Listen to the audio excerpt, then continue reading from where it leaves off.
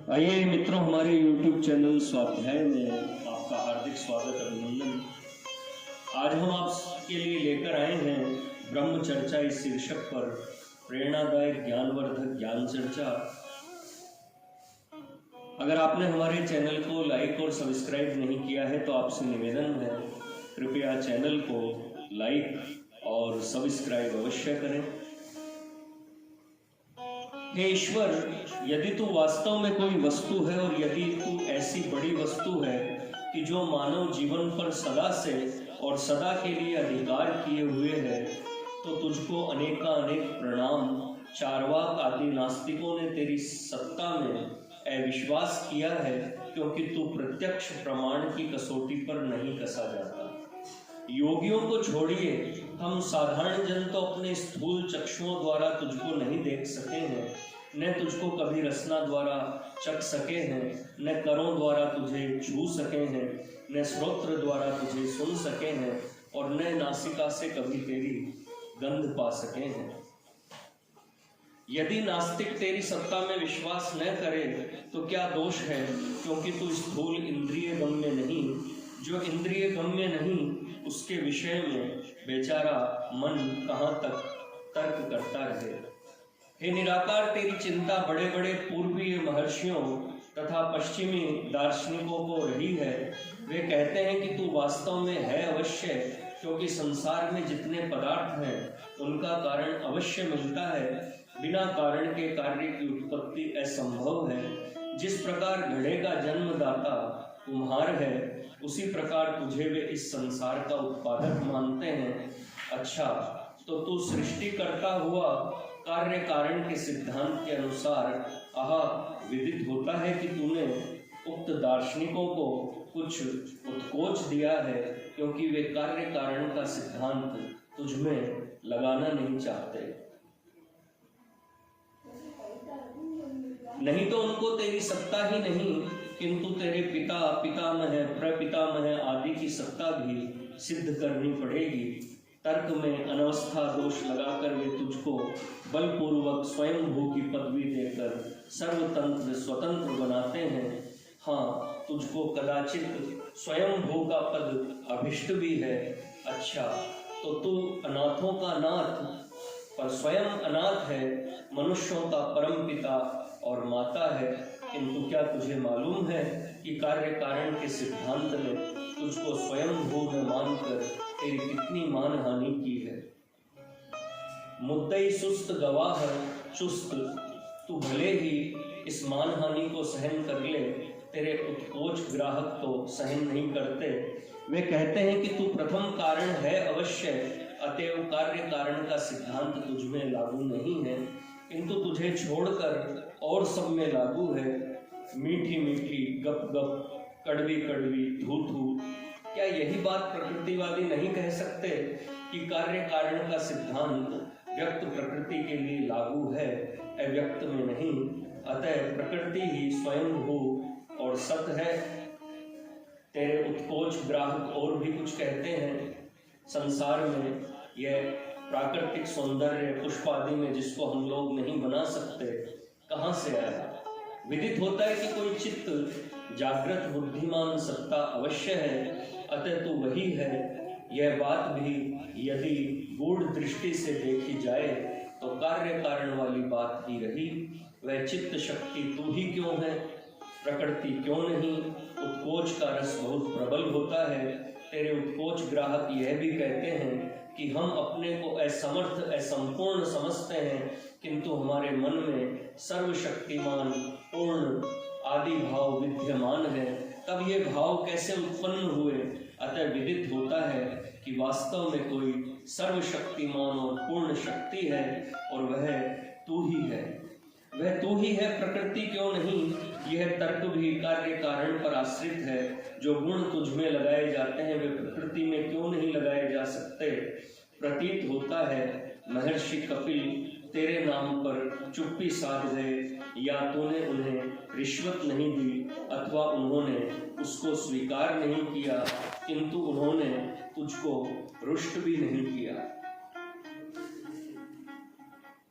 प्रत्यक्षवादियों ने न तो तेरी सत्ता मानी और न तेरे अस्तित्व का खंडन ही किया है। उन लोगों का यही निश्चय है कि तू तर्क से सिद्ध नहीं हो सकता। मालूम होता है कि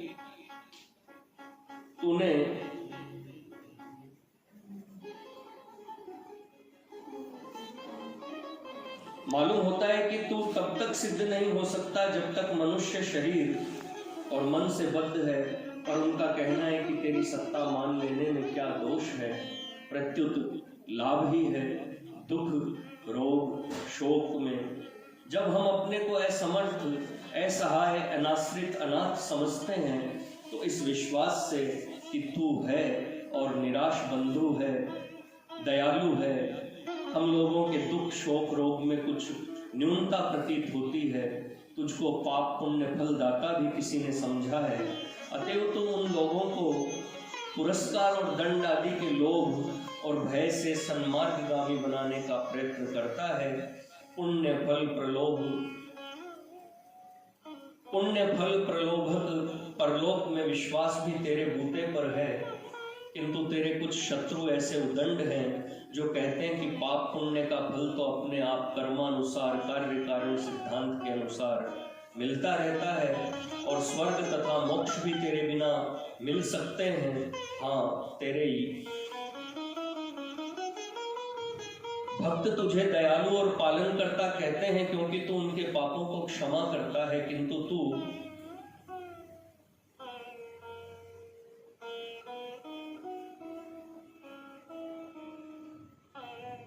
अन्य भक्तों के पापों को क्षमा नहीं करता।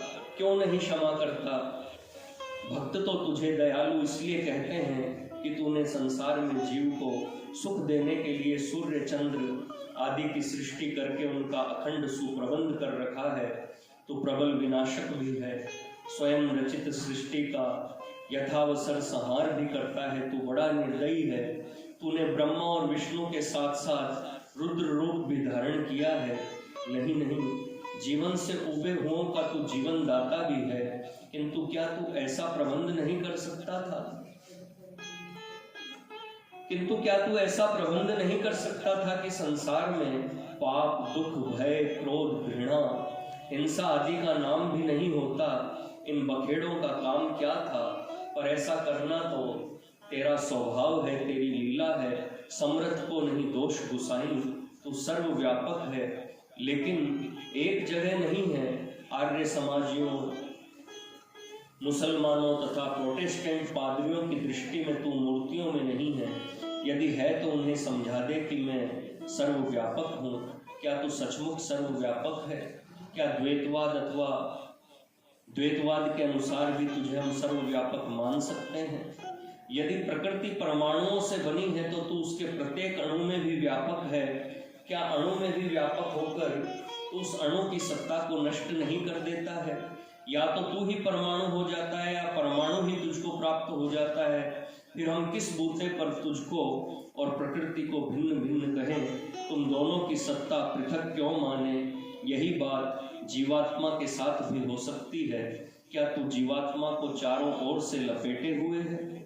जैसे गेंद के ऊपर चमड़ा अथवा उसके भीतर ही भीतर है, जैसे घड़े में पानी अथवा आत्मा के बराबर बैठा है, जैसे मैं और मेरा मित्र घाट पर। ऐसी अवस्था में हम तुझको सर्वव्यापक नहीं कह सकते, व्यापक तो कह सकते हैं। यदि तू इस प्रकार सर्वव्यापक होगा तो प्रकृति और जीव भी तेरे ही रूप हो जाएंगे, अथवा तू ही उनका या उनमें से किसी का रूप हो जाएगा। तर्को प्रतिष्ठा है। बात क्या है तू ही बता। तू मायावादियों का ब्रह्म तो नहीं है। स्वामी श्री शंकराचार्य जी की चातुरी देखी। वे सोहम कहकर तेरा पद ही छीनना चाहते हैं। एक ने शुद्ध, दो शुद्ध।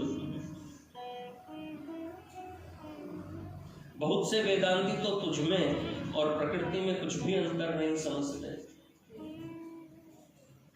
तेरा तो नाम मात्र है, तेरे गुण तो प्रकृति में चले जाते हैं। क्या तू सातवें आसमान का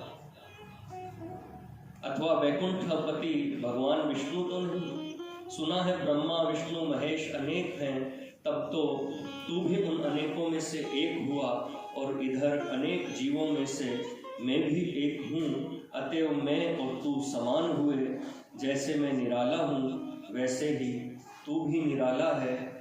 फिर तेरी प्रार्थना क्यों की जाए? तू जीव का मित्र है। तू कहीं उपनिषद वाला ब्रह्म तो नहीं है। जब तू एक से अनेक होने की इच्छा करता है तब जीव और प्रकृति को मकड़े की जाल परंपरा की तरह रच लेता है और कुछ विनोद के पश्चात विलीन कर लेता है। काल और दिक् मन के धर्म है, मन प्रकृति है और प्रकृति ब्रह्म रचना है। अतएव तू कालातीत है, दिक्तीत है, भूत भविष्य और वर्तमान तेरे आश्रित है। अतएव ऐसा कहना कि तू कब कहाँ पैदा हुआ और होगा व्यर्थ है। ऐसे प्रश्न ही मूर्खता द्योतक है। तू निर्गुण है, कोई भी गुण तेरे लिए पर्याप्त नहीं। तू सिंह की मांद के समान है, जहाँ कोई भी जंतु जाता है तो वह निकल कर नहीं आता। ऐसे ही तुझ में सब गुण खप जाते हैं। तो अणोर नियान महतो महियान आदि सभी का आदि स्रोत है। तू निराकार है, अतएव गोचर नहीं है। तू साकार है और जिस प्रकार लोहे की अव्यक्त अग्नि रगड़ खाकर व्यक्त होती है, उसी प्रकार तू भी भक्तों की भक्ति से प्रसन्न होकर निराकार से देवादि रूप में साकार हो प्रकट हो जाता है। तथा श्री नरसिंह अवतार तुझ में अनिर्वचनीय और अगणित गुण है। अतएव तू सगुण ही नहीं किंतु सद्गुणी भी है। धर्म अधर्म सत रज तम प्रकृति के गुण हैं। अतएव तुझसे ये धर्म रूपांतर से उत्पन्न हुए हैं, इसलिए तू निर्गुण और सगुण है। तू धर्मातीत है क्योंकि धर्म अधर्म पाप पुण्य तो मन के आडंबर है, मन प्राकृत पदार्थ है। अतएव तू इनके आश्रित नहीं, प्रत्युत ये तेरे आश्रित है। जैसे एक वस्तु का मॉडल चित्र भिन्न भिन्न स्थान पर बैठे हुए विद्यार्थीगण भिन्न रूप का बनाते हैं, वैसे ही संसार में विभिन्न उपाधि वाले हम तेरा ध्यान भिन्न भिन्न प्रकार से करते हैं। तू ही तू है, अतः यह कहना कि तू सर्वत्र विद्यमान है द्वैत भाव का प्रेरक अतएव अयुक्त है। तथापि माया विशिष्ट जीव भिन्न भिन्न भाव से तेरा चिंतन करते हैं।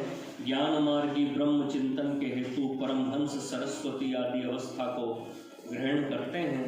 भक्ति मार्गी तेरे कीर्तन के हेतु अथवा तुझे ब्रह्म कोटि से ईश्वर अथवा देव कोटि में देखने के हेतु भक्ति की प्रबलता के कारण रत्न जटित धातुमय मूर्ति स्थापित कर लेते हैं, फिर मूर्ति को सुंदर चित्र में परिवर्तन कर देते हैं। मूर्ति को सुंदर चित्र में परिवर्तित कर देते हैं, फिर स्थूल चित्र को मानसिक चित्र और कीर्तन का रूप देते हैं, और फिर अपने मानसिक चित्र और कीर्तन को कविता के रूप में परिणत कर देते हैं। कर्म मार्गी यज्ञ दान आदि द्वारा तुझे प्राप्त करना चाहते हैं। कभी कभी बड़े बड़े विद्वान और महामूर्ख तेरा दर्शन गगनचुंबी हिमाचल आदि भूधरों में, कलकल मीनादिनी गंगा आदि नदियों में, अश्वत्थ आदि महाकाय वृक्षों में, हलाहलधारी सर्पादि जंतुओं में, स्वादिष्ट दुग्धादि देने वाले गो आदि पशुओं में करते हैं। किंतु जो न विद्वान है न मूर्ख है, वे उक्त विद्वान और मूर्खों में तेरे रूप पागलपन का दर्शन करते हैं। सभी अपना काम करते हैं, किंतु जो अपना कार्य है वही तो तेरा कार्य है। अतः सभी तेरे कार्य में संलग्न है। तेरी इच्छा से जीवबद्ध है, तेरी इच्छा से मुक्त है, तेरी इच्छा से प्रवृत्ति और तेरी इच्छा से निवृत्ति होती है। हम जिसको अपनी इच्छा समझते हैं वही वास्तव में तेरी इच्छा है। तू हमसे भिन्न नहीं है, हम तुझसे भिन्न नहीं। तू समुद्र है, हम तेरे जलकण हैं, अभी अलग हैं।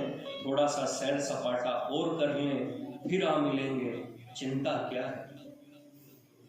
मित्रों, यह थी ब्रह्म चर्चा इस शीर्षक पर प्रेरणादायी ज्ञानवर्धक ज्ञान चर्चा। अगर आपको हमारा चैनल पसंद आए तो इसे लाइक और सब्सक्राइब अवश्य करें। धन्यवाद।